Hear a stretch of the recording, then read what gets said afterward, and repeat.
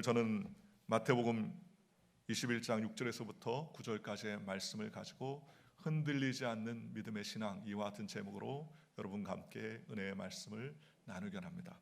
오늘은 성경에서 교회력으로 말하는 종료주일입니다. 종료주일이라는 것은 바로 예수님께서 예루살렘에 나귀를 타고 입성을 하셨습니다. 좋은 말을 타지 아니하고 나귀를 타신 것은 하나님께서 말씀을 통해서 예수님의 입성이 겸손한 나귀, 어린 나귀를 타시고 입성하시겠다는 말씀에 의해서 그런 종료주일에 예수님께서 예루살렘에 입성을 하셨습니다. 종료주일은 아름다움과 승리를 상징하는 그러한 뜻을 가지고 있습니다. 예수님께서는 종료주일에 입성을 하셨습니다. 많은 사람들이 예수님의 예루살렘 입성을 환영했습니다. 수많은 인파가 예수님의 그 입성을 기다리며 고대하며 손에는 종려 가지나무를 흔들고 자신의 겉옷을 내어서 길가에 쫙 뿌렸습니다. 그러면서 소리를 쳤습니다. 호산나 호산나, 주의 이름으로 오시는 이여, 다윗의 자손 호산나 호산나 하면서 예수님의 이름을 높이며 예수님을 찬양했습니다. 예수님의 입성은 많은 사람들에게 기쁨이 되고 소망이 되었습니다. 호산나라는 말은 주여 우리를 구원하옵소서라는 말입니다. 이 말씀은 시편 118편 25절에 있는 기도의 제목이죠. 여호와 구하오니 우리를 구원하옵소서라는 기도문이었습니다. 그런데 이제 예수님의 입성을 맞이하면서 많은 사람들이 호산나 호산나, 다윗의 자손이여 가장 높은 곳에서 호산나 하면서 이제 기도문이 아니라 왕으로 오신 예수님을 인정하고 모셔드리며 환영하는 환희의 말로 감탄사로 변하여 예수님을 높이 사용하게 되었었습니다. 그런데 오늘 이 종료주일에 우리가 생각해 볼 것은 예수님이 나귀를 타고 입성하시면서 수많은 사람들이 종려 가지나무를 흔들고 예수님의 입성을 환영하고 기뻐하며 즐거워하면서 정작 예수님께서 입성하시고 난 이후 십자가에 달려 돌아가실 때까지 예수님은 정말 큰 고난과 환난을 당했습니다. 이렇게 환호하던 군중의 소리도 빌라도의 뜰에서 잡혔을 때에 예수님을 십자가에 못 박으소서라며 마치 성난 군중으로 돌변하고 대제사장과 백성의 장로들이 예수님을 죽이려고 사형 언도를 내릴 수 있는 빌라도의 법정에 섰을 때에도 사람들은 바나바가 아니라 예수를 못 박으소서, 예수를 못 박으소서라고 소리를 지르며 정말 성난 군중들은 그렇게 이야기했었던 것을 우리가 잘 알 수 있을 것입니다. 빌라도는 예수님이 죄가 없음을 잘 알았습니다. 그럼에도 불구하고 밀란이 일어날까 염려하여서 예수님을 십자가에 못 박으라는 사형 언도를 그렇게 내리고 말았습니다. 여러분, 예수님 당시 예수님을 지극히 왕으로 인정하면서 모셨던 외 군중들이 일주일도 채 되지 않은 이때에 무서운 군중으로 급변하고 예수님을 못 박으라고 소리를 지고 악을 쓰는 군중으로 돌변했겠습니까? 그러한 환경과 어려움 가운데서도 예수님은 전혀 흔들림이 없었습니다. 사람들이 왕으로 인정하고 옷을 깔았었는데 이제는 예수님을 못 인정하고 예수님을 십자가 못 박으라는 그 함성과 조롱 섞인 그 소리에서도 예수님은 변함이 없고 흔들림이 없이 믿음을 지키며 주님께서 받으신 사명을 잘 감당하는 길을 묵묵히 걸어가시더라는 것입니다. 오늘날 우리의 상황도 별반 틀리지 않습니다. 급격한 상황 변화는 우리의 흔들리는 믿음을 뿌리째 뽑아낼 정도로 어려움을 가져다 주지 않습니까? 그렇지 않습니까? 내가 잘못하고 내가 실수해서 문제를 만났다면 나에게 조금이나마 뒤돌아볼 그러한 여력이 있겠지만 나와 상관없이 일어나지는 환난과 고난과 역경은 나의 믿음조차 송두리째 흔들 경우가 얼마나 많이 있습니까? 코로나도 마찬가지지 않습니까? 이 코로나가 내가 잘못해서 생긴 것이 아니지 않습니까? 저와 여러분이 실수해서 생긴 건 아니지 않습니까? 이유 없는 고난이 우리에게 다가와서 때로는 사랑하는 사람과 믿음 좋은 사람들이 유명을 달리할 경우 어떻게 이런 일이 나에게 있을 수 있는가라는 고난과 한탄의 삶이 우리에게 다가올 때가 얼마나 많이 있습니까? 수많은 사람들이 생명을 달리하고 많은 사람들이 건강의 위협을 받고 실업자가 되고 어려움을 겪고 있는 이런 상황 가운데서 우리의 이런 환경은 때때로 우리의 믿음의 토대를 흔들어내고 언제 그리냐는 듯이 신앙의 삶에서 비신앙의 삶으로 전락시킬 정도로 흔들리는 어려움을 겪을 때가 많이 있습니다. 그런데 오늘 예루살렘에 입성하신 예수님, 그리고 5일도 채지 않아서 사람들의 저주와 비난을 받았던 예수님은 흔들림이 없는 믿음의 신앙으로 그 자리를 꿋꿋하게 지키면서 하나님의 뜻을 이루어 드리는 믿음의 삶을 살았다는 것입니다. 오늘 저와 여러분이 오늘 예수님이 흔들림이 없는 믿음의 신앙으로 꿋꿋하게 걸어가셨던 것처럼 그런 은혜의 삶이 되시기를 주님의 이름으로 축원합니다. 그렇다면 어떻게 해야 흔들림 없이 올바른 길을 달려가는 믿음의 신앙이 될 수 있습니까? 첫째로 흔들림 당하지 않는 믿음의 신앙을 갖기 위해서는 우리의 삶의 목표와 목적이 분명해야 된다는 것입니다. 여러분, 흔들리지 않는 삶의 목표는요, 흔들리지 않는 목표와 목적이 있어야 되더라는 것입니다. 만약에 우리의 목적과 목표가 나의 구복을 위한 것이나 나의 얄팍한 인생의 목적을 이루어내려고 하는 것이라면, 그러면 때때로 환경이나 상황에 따라서 우리의 믿음은 흔들릴 수밖에 없을 것입니다. 예수님이 입성하셨을 때 수많은 사람들이 예수님을 환영하고 호산나 다윗의 자손이여 라고 하면서 그를 왕으로 모셨던 이유가 있었습니다. 그 당시에 로마의 압제를 받았던 이스라엘은 큰 어려움과 환난을 만났던 그러한 때였습니다. 군사적으로 눌리고 정치적으로 눌리고 또 경제적인 고통을 받고 착취와 수탈을 당했던 그러한 때였다는 것입니다. 그랬던 그러한 환경 가운데서 예수님이 오셔서 자신을 구원해 줄 메시아라는 사실을 그들은 철저히 깨닫고 있었습니다. 보십시오. 배고프고 아무것도 없는 광야 가운데서 예수님은 어린 아이의 물고기 2마리와 보리떡 5개로 5,000명을 먹이시고 12강조리가 더 되도록 남겼습니다. 어떤 사람은 이 일을 보고서 예수님만이 우리의 빈부를 해결할 수 있는 유일한 대안시겠구나라는 환상을 가질 수가 있었을 것입니다. 병든 자를 치료하고 안전병을 일으키고 눈먼 자를 치료하고 혈병든 여인을 해결하는 그와 같은 예수님의 모습을 보고서 진정 우리 이스라엘의 의료계를 확실하게 이끌어가고 의료본을 확실하게 책임질 분이 바로 예수님이라고 생각을 하셨을 것입니다. 그는 저녁마다 베다니에서 가난한 자들과 어려운 자들과 함께 동락하며 어려운 사람들과 함께 했었습니다. 그러한 모습을 보고서 진짜 예수님만이 어려운 사람들의 이웃이구나, 진정 낮은 자들의 위로자구나, 저런 분이 이스라엘의 왕이 되셔야 되겠다라는 정치적인 계산을 가졌던 사람도 있었을 것입니다. 사망 권세를 이기시고 예수님께서는 죽은 나사로를 살리기도 하시고 죽었던 회당장 야이로의 딸을 고치기도 했던 그 사건을 보면서 이분만이 진짜 권위를 가신 하나님 아들 혹은 정치적인 메시아라고 생각했을지 모릅니다.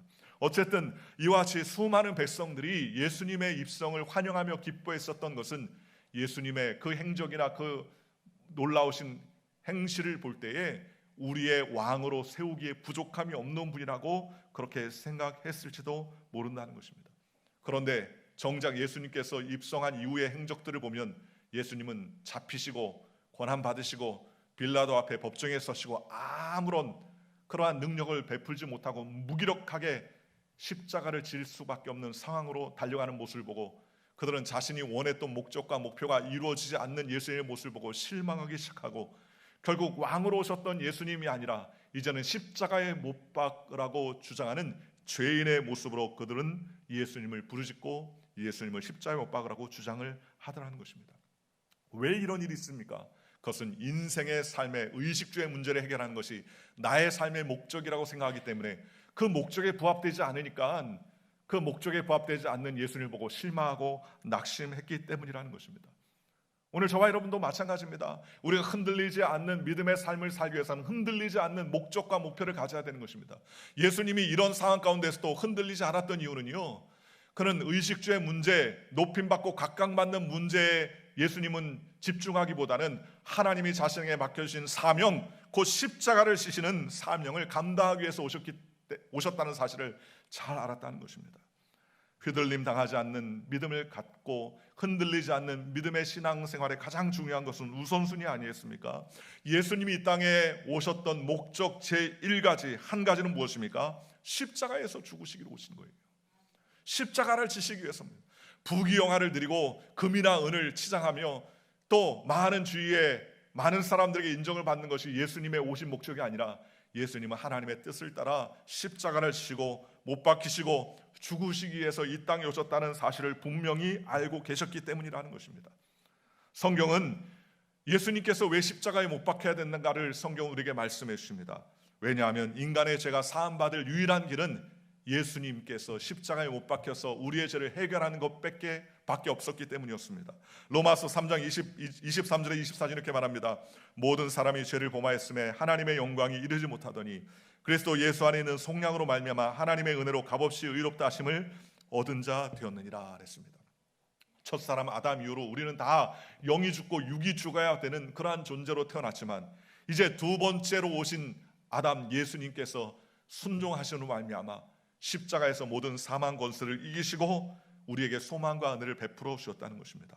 히브리서 9장 27절에서 28절 이렇게 말합니다. 한 번 죽는 것은 사람에게 정하신 것이요 그 후에는 심판이 있으리니 이와 같이 그리스도도 많은 사람들의 죄를 담당하시려고 단번에 들이신 바 되었고 구원에 이르기 하기 위하여 죄와 상관없이 자기를 바라는 자들에게 두 번째 나타나시리라 했습니다. 성경은요 죽은 자에게 심판이 있습니다. 천국이 있고 지옥이 있음을 우리에게 보여주시더라는 것입니다. 예수님은 바르게 믿었습니다. 하나님의 말씀, 주님께서 주신 사명, 하나님이 부여해 주신 그 사명을 지키기 위해서, 감당하기 위해서, 십자가를 지기 위해서 이 땅 가운데 오셨어요. 그래서 사람들이 일주일 전에는 환호하고 좋아하고 높이고 그리고 일주일도 채 되지 않아서 죽이라고 못 박으라고 하는 그 소리에 예수님은 그 마음에 섭섭한 마음이 없었습니다. 그 이야기를 듣고 이럴 수 있느냐라고 말하지 않았습니다. 어떻게 이럴 수 있느냐라고 성내지도 않았습니다. 왜냐하면 예수님은 사람들에게 곽강을 받는 것이 목적이 아니라 하나님의 뜻을 이루고 주의 십자가를 통하여서 하나님의 원하시는 목적을 이루는 사명을 감당하는 삶을 사셨기 때문이라는 것입니다. 여러분, 우리의 삶에 지옥을 가는 삶, 그것을 극복하는 제일 최고의 방법은 무엇입니까? 그것은 바로 십자가입니다. 다른 대안이 없어요. 착하게 살아도 안 되고요, 애쓰고 살아도 안 되고, 부자여도 안 되고, 어여뻐도 안 된다고 그랬습니다. 오직 믿음만이 예수 그리스도의 십자가를 받아들인 자가 진정한 영생에 걸어온다고 성경은 우리에게 말씀해 주셨습니다. 오늘 저와 여러분이 그 예수님을 의지하고 흔들림 없는 믿음의 백성이 되시기를 주님의 이름으로 축원합니다. 여러분, 가장 중요한 문제, 죄의 문제를, 영생의 천국의 문제를 해결이 안 되었다면 우리가 행복할 수 있습니까? 행복할 수 없죠. 제가 어렸을 때 기억이 납니다. 5월 5일 어린이날에 창경원에 놀러 갔던 기억이 납니다. 비가 내리는 날이었는데 며칠 전부터 제가 어머님께 아버님께 왜 우리는 이런 날에 놀러 가지 않느냐고 아주 그냥 때를 부려가지고 비 오는 날인데도 불구하고 간청에 의해서 창경원에 놀러 갔던 기억이 납니다. 지금은 없어졌죠.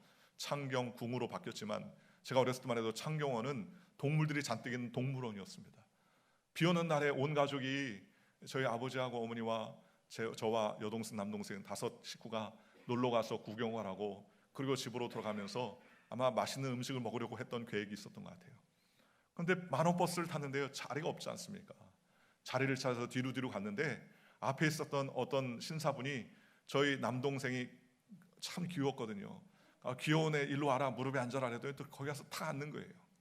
그리고 한참을 가다가요, 시간이 돼서 중간에 갈아타야 되는 영등포역쯤 왔었습니다.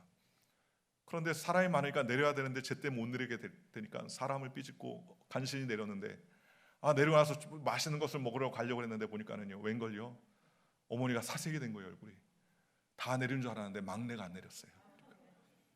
여러분, 아름다운 경치도 좋고 맛있는 음식도 좋지만 그렇잖아요. 소중한 생명의 자녀를 잃어버렸으면 맛있는 음식이 들어오겠습니까? 그렇잖아요. 훌륭한 경치가 눈에 들어오겠습니까? 저희 어머님이 그때 즉시 아버지에게 저희 둘을 맡겨놓고 집으로 빨리 가라고 그러면서 택시를 잡아 타고 그 버스를 쫓아가시더라고요. 결국 해피엔딩으로 끝났죠. 동생은 잘 차와서 집으로 오고 너는 왜 우리 내리는데 딴 데 보고 있었느냐. 저희 어머님이 택시를 타고 쳐다보니까는 무릎에 앉아가지고 차창 밟으면서 웃고 있더라는 거예요. 아무리 좋은 것도요, 생명의 자녀를 잃어버리면 그 맛있는 음식도 맛이 없어지는 것 아니겠습니까? 하나님은 우리를 사랑하셔서 아낌없이 독생자를 내어주셨습니다. 우리를 구원하기를 원하셨다는 겁니다. 그런데 우리가 지옥에 갈 존재임을 깨닫지 못하고 하나님을 믿지 않는다면 얼마나 답답하시겠습니까?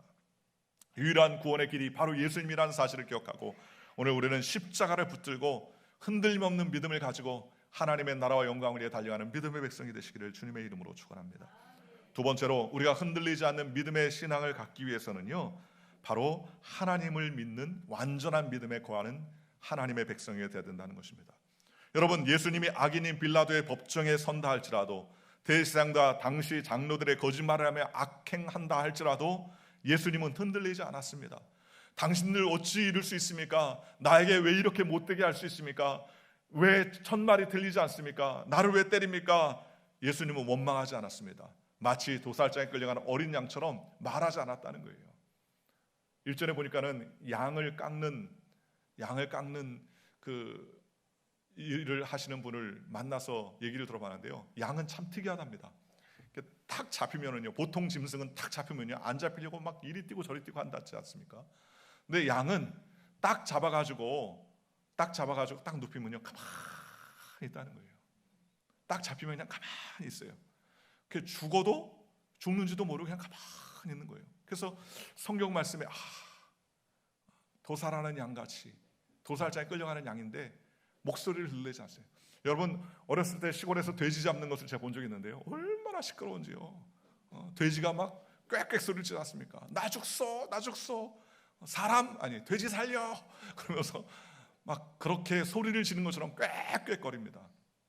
그런데 예수님은요, 그 신문장, 고난과 고통의 그런 환경 가운데서 소리지지 아니하고요, 낙심하지 아니하고 낙담하지 않았다는 겁니다. 왜 그랬을까요? 그것은 바로 완전하신 하나님을 믿는 믿음이 있었기 때문에 가능했다는 것입니다. 여러분, 우리의 삶도 마찬가지 않습니까? 여러분, 흔들리는 세상 가운데서 여러 가지 어려움을 만나면 왜 나에게 이런 일이 생겼습니까? 나는 신앙생활도 잘하고 믿음도 잘 키웠는데 왜 나에게 이런 고통이 다가오고 경제적인 문제가 다가오고 환경의 문제가 다가오고 왜 나에게 이런 질병의 문제가 다가옵니까? 왜 도대체 신앙생활 잘하는 우리 부모님에게 문제가 생깁니까? 직장생활을 잘하고 11조와 헌물을 잘 드리는 나에게 왜 이런 문제가 생깁니까? 라고 질문하는 경우가 많이 있지 않습니까? 그런데 우리가 알아야 될 것은 하나님은 완전하신 분이라는 사실을 기억해야 된다는 겁니다. 우리는 잠깐 그 문제를 해결하지 못해서 낙심할 때도 있지만 예수님은 마태복음 13장의 비유로 우리에게 가르쳐 주셨습니다. 좋은 씨를 땅에 뿌렸습니다. 그런데 종들이 와서 보니까는 가라지가 자라는 거예요. 성경은 마태복음 13장 27절에서 3절에 이렇게 말합니다. 집주인의 종들이 와서 말하되 주여 밭에 좋은 씨를 뿌리지 아니하였나이까? 그런데 가라지가 어디서 생겼나이까? 주인이 이르되 원수가 이렇게 하였구나. 종들이 말하되 그러면 우리가 와서 이것을 뽑기 원하시나이까? 주인이 이르되 가만두라. 가라지를 뽑아다가 곡식까지 뽑을까 염려하노라. 둘 다 추수 때까지 함께 자라게 두라. 추수 때에 내가 추수꾼들에게 말하기를 가라지는 먼저 거두어 불사르게 단으로 묶고 곡식은 모아 내 곡간에 넣으리라 하리라 그랬습니다.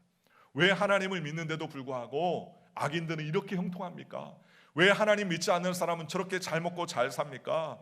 라고 그렇게 이야기하면 오늘 성경의 비유의 말씀같이 마지막 날에 가라지는 모아서 불구덩이에 집어넣고요, 곡식들, 알곡들을 모아서 곡간 안에 드리려는 마지막 때를 준비하기 위한 하나님의 계획이 있다는 것입니다. 성경 구약 에스더를 보면 하만이라는 악한 사람 한 사람이 나오지 않습니까? 그 사람은 나중에 유다 민족을 다 죽이려고 그렇게 계획을 할 정도로 아주 승승장구했었습니다. 그러나 어땠습니까? 마지막 날에 하나님께서 그 모든 것을 해결해 주시지 않습니까? 이스라엘 백성들이 홍해 가운데 앞에서 낙심하고 낙담할 때에 애굽 사람들은 쫓아와서 그들을 죽이려고 쫓아왔지 않습니까? 줄기차게 괴롭히지 않았습니까? 그러나 하나님께서는 홍해수를 준비하고 그 길을 여신 이후에 애굽의 군대들 다 일시에 수장했다고 성경은 말씀했지 않습니까? 출애굽기 14장 13절에 모세는 이를 두고 이렇게 말합니다. 모세가 백성에게 이르되 너희는 두려워하지 말고 가만히 서서 야훼께서 오늘 너희를 위하여 행하시는 구원을 보라. 너희가 오늘 본 애굽 사람을 영원히 다시 보지 아니하리라 했습니다. 모세의 말을 잘 들어오면 마치 하나님의 은혜로 이제는 못 볼 것이 다시 못 보니까 잘 봐두라라는 그러한 웅변의 말씀 같았습니다. 진짜 그 말 그대로 애굽 사람들은 다시 보이지 않았다고 성경은 말씀해 주셨지 않습니까? 우리는 감당하기 어려운 환난과 고난의 문제를 만날 때에도 우리는 철저히 깨달아야 될 것은 우리의 삶의 결론은 누가 맺으십니까? 하나님이 맺으신다는 거예요. 우리의 삶의 결론, 우리의 삶의 심판은 하나님께서 맺으신다는 사실을 기억하고 주님께 맡겨야 됩니다. 왜 나에게 이런 고난과 역경을 가져옵니까? 낙담할 때도 있지 않습니까? 나에게 왜 이런 시를 줍니까? 쉽게 포기할 때가 많지 않습니까? 그러나 생각해 보시죠. 모세는요, 어머니 밑에서, 부모님 밑에서 태어났지만 결국 그가 갈대 상자에 쌓여서 나일 강가에 버려지는 인생이 될 수밖에 없었지 않습니까? 그럼에도 불구하고 하나님께서는 그 갈대 상자에 떠내려가는 그 아이를 주님께서 인도해 주셔서 그를 이스라엘의 리더로 세우시고 민족의 리더로 세워준 것을 우리가 볼 수 있지 않습니까? 하나님은 이렇게 아무것도 없는 인생의 결론을 맺으시는 분이라는 사실을 기억하는 저와 여러분들 되시기를 주님의 이름으로 축원합니다. 포로된 다니엘은 아무것도 없는 자였지만 그러나 하나님을 의지하고 그가 먹고 마시는 일에도 뜻을 정하여 주님을 섬기려 결정하니까 하나님은 그를 높이시고 또 높이시고 그에게 이상과 몽조를 깨달을 수 있는 지혜를 주셔서 민족이 바뀌고 나라가 바뀌고 왕이 바뀌는 그런 결정적인 순간에서도 하나님은 그를 높이 사용해서 믿는 자들에게 소망을 베풀어 준 것 아니겠습니까? 오늘 저와 여러분도 마찬가지입니다. 세상에 힘 있는 사람, 능력 있는 사람, 또 권력 있는 사람들의 세상을 움직이는 것 같아도 실질적으로는요, 세상은 하나님께서 움직여 하시다는 것입니다. 그러므로 사랑하는 성도 여러분, 우리가 흔들리지 않는 믿음을 갖기 위해서는 흔들리지 않는 하나님, 그 하나님을 철저하게 믿고 의지하는 저와 여러분들 되시기를 주님의 이름으로 축원합니다. 세 번째로 우리가 흔들리지 않는 믿음을 갖기 위해서는 어떻게 해야 됩니까? 바로 하나님이 우리를 사랑하셨기 때문에 흔들리지 않는 삶을 살아야 된다는 것입니다. 예수님이 흔들리지 않는 이유가 있어요. 그것은 하나님의 사랑을 받은 존재였고 또 하나님의 사랑 가운데 있는 백성들을 구원하시기 위한 철저한 사랑의 예수님이었기 때문에 가능했기 때문이라는 것입니다. 성경에 보면 가나안 여인인 수로보니게의 여인이 나옵니다. 수로보니게 여인은 딸의 병 고침을 위해서 예수님께 나오죠. 그때 예수님 뭐라 합니까? 자녀들에게 줄 떡을 개들에게 주는 것이 마땅하지 않다라고 얘기하셨습니다. 모욕감을 당했을 것입니다. 개라는 것이죠. 그 당시에 요즘으로 말하면 개 하면은 정말 반려견, 집에서 같이 먹고 마시는 그런 아주 귀한 반려 존재지만 예수님 당시에 개라는 취급은요, 인생의 가장 막장의 표현이 바로 개라고 말하는 것입니다. 그런데 이 수로보니게 여인은요, 예수님의 그 이야기를 듣고도 전혀 개의치 않았습니다. 마음에 상처가 없었습니다. 마음에 섭섭함이 없었습니다. 왜 그렇습니까? 딸을 고치겠다는 사랑의 목적이 있으니까 갖은 수모와 고통도 감당할 수 있었다는 것입니다. 여러분, 우리가 주 안에서 예수님에 대한 사랑이 있다면 넘어질 수 있어도 언제나 다시 일어설 수 있는 것 아니겠습니까?